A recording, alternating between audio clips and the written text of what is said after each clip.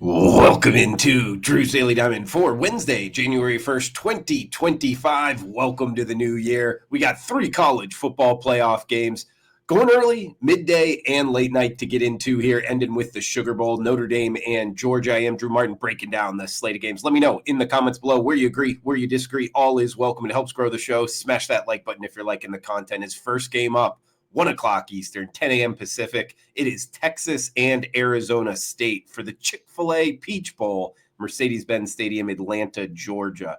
Minus 12 to as high as minus 13. That's the Texas Longhorns as the road favorite, 51 being the total. Talking about Arizona State this season, what a year. 11-2, both straight up and against the spread. They've been printing money, cash in tickets, winning games. Head coach Dillingham in his second year. What a turnaround. One of the best I can remember off the top of my head in college football, from 3-9 in 2023 to obviously 11-2, finding themselves in the college football playoffs this season, led by running back Scadaboo. Surprised this guy didn't get more love in the Heisman Trophy. He is fun to watch. There are 2 losses this year, at Cincinnati, at Texas Tech. In the Big 12, they were Big 12 champions. Man, a great season overall for Arizona State. I'm kind of rooting for him, the fan in me. The problem is this is the one game today where I feel like we almost get a little bit of a rewind to last week in round 1 in the college football playoffs. I feel like Arizona State might be up against it a little bit because they're up against the Texas Longhorns here, 12-2 on the year. There are only 2 losses to Georgia, so beating everybody else. And, of course, their head coach, Steve Sarkisian, longtime assistant, was the assistant under Nick Saban. He has had success at the head coaching level and obviously having success here at Texas, the only team in back-to-back college football playoffs from last year to this year. And it's a team that just played in this stadium just a couple of weeks ago in the SEC championship, going right down to the end with Georgia. It really comes down to just overall talent. I think Texas has more of it. You look at their QB situation. Even if Quinn Ewers goes down, they got Archie Manning behind him. And really, their 4 non-conference games, Texas won by 42 points per game. They actually blew out their opponents not in the SEC. I don't think they're going to win by 42, but 12 points, guys. I think the Texas Longhorns minus the 12 is the way to go to kick off the new year, 2025. All right, let's hit the middle game here, 5 p.m. Eastern, 2 p.m. Pacific. It is the Rose Bowl, Pasadena, California, presented by Prudential. Ohio State and Oregon, 55 being the total. We're seeing the Buckeyes, minus 2 and a hook as the favorite. This is a rematch. If you remember, Oregon actually won 32-31. That game was in Eugene. Of course, now we're going to the Rose Bowl here. In Oregon, 13-0, the only team that is undefeated in college football, the Big Ten champions, number 1 overall seed. Ohio State, 11-2. They did beat Tennessee pretty decisively in round 1, looking good doing so. They won 42-17 over the Vols.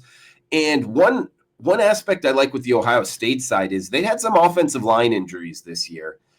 And it really showed against Michigan. Coming back, a couple weeks to practice, going up against Tennessee, they seem to have fixed some of it. Some of it is against who you're going against. Michigan has a really good D front, but so does Tennessee to some extent. And they seem to kind of, get their feet under themselves up front on the offensive line. Now, Oregon overall, this is their first time in the college football playoffs since losing to Ohio State in the national championship. You might remember that game.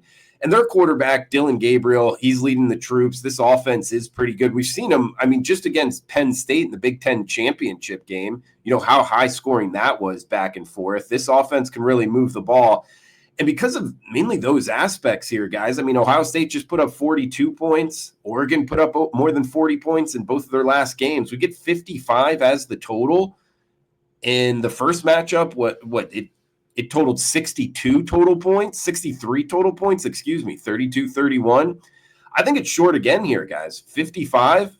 I like Ohio State and Oregon up and over the total of 55. I think we get into the 60s here, guys. So we got the over Ohio State and Oregon, and we got Texas minus 12. We got 1 game left. A reminder, if you could comment below, helps the algorithm grow the show. Smash that like button if you're liking the content. And, hey, your picks are more than welcome in the comments below. Anything you're looking to bet on today's slate, I'll be in there as well, chiming in, enjoying the games here, New Year's Day. Check out Premium Picks, WagerTalk.com, experts page, Drew Martin. In the client pick here, starting off the new year, is the Notre Dame and Georgia game. So as I give the analysis here, thank you for watching the show. Hopefully have a great 2025 like 2024 is. So no need to buy that. You get it here free on the show, going each and every day on the WagerTalk YouTube channel.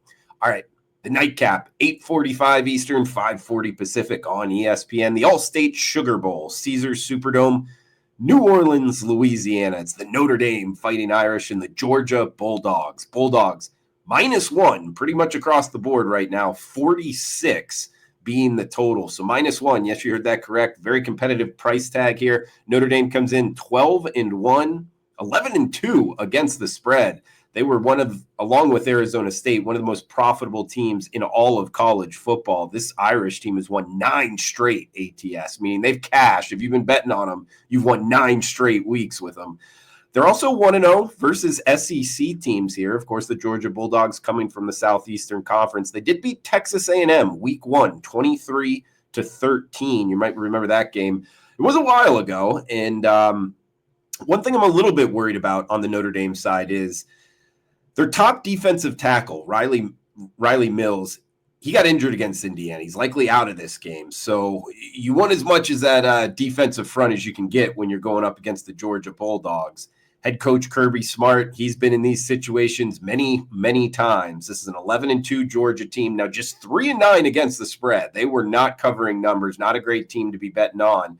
But you also got to remember Georgia, they were laying numbers a lot, and Kirby Smart isn't one of those head coaches that likes to run up the score on the opponents, just kind of win the game and get out of there. Their 2 losses were at Alabama, at Ole Miss.